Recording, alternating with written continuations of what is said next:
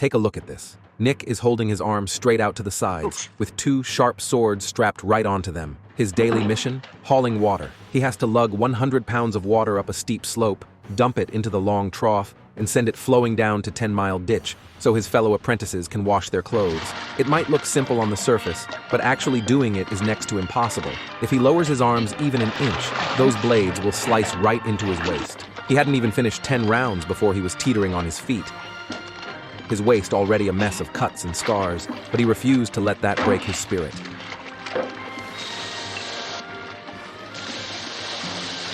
Three months later, Nick had honed his arm strength to absolute perfection. Just look at him now. Not only is he agile and light on his feet, but he's even got the energy to help the new disciples. The abbot nodded with satisfaction when he saw this. But then, he did something totally unexpected. He called Nick over and, accusing him of breaking the rules by helping the juniors, banished him to the 33rd chamber. The truth? The abbot realized Nick had already mastered the essence of the 34th chamber, and that was the real reason he drove him away. The 33rd chamber focuses mainly on training eyesight. The abbot has Nick stand between two burning incense candles, keeping his eyes locked on the flames. As the candlelight flickers and moves, his eyes have to track the motion, but his head must remain perfectly still. At first, the candles aren't swaying too fast, so Nick barely manages to keep up.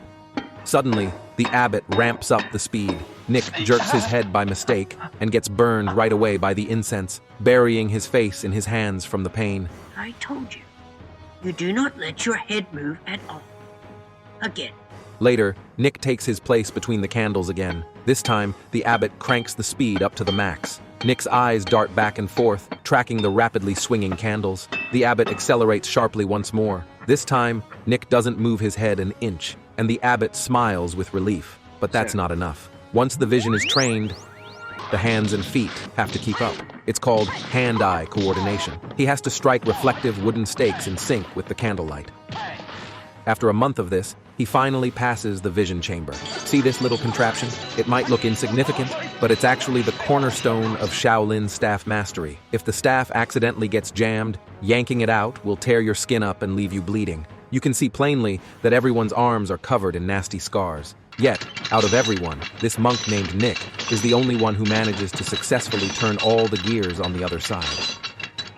Next, Nick began his power training. He had to use his staff to push a 200-pound stone across a water trough. Believe it or not, Nick nailed the strength assessment in just 1 hour. After that, Nick headed to the 31st chamber to work on his head strength. His task was to headbutt his way through heavy sandbags just to light incense for the Buddha. While it sounds simple enough, actually doing it is next to impossible. In no time at all,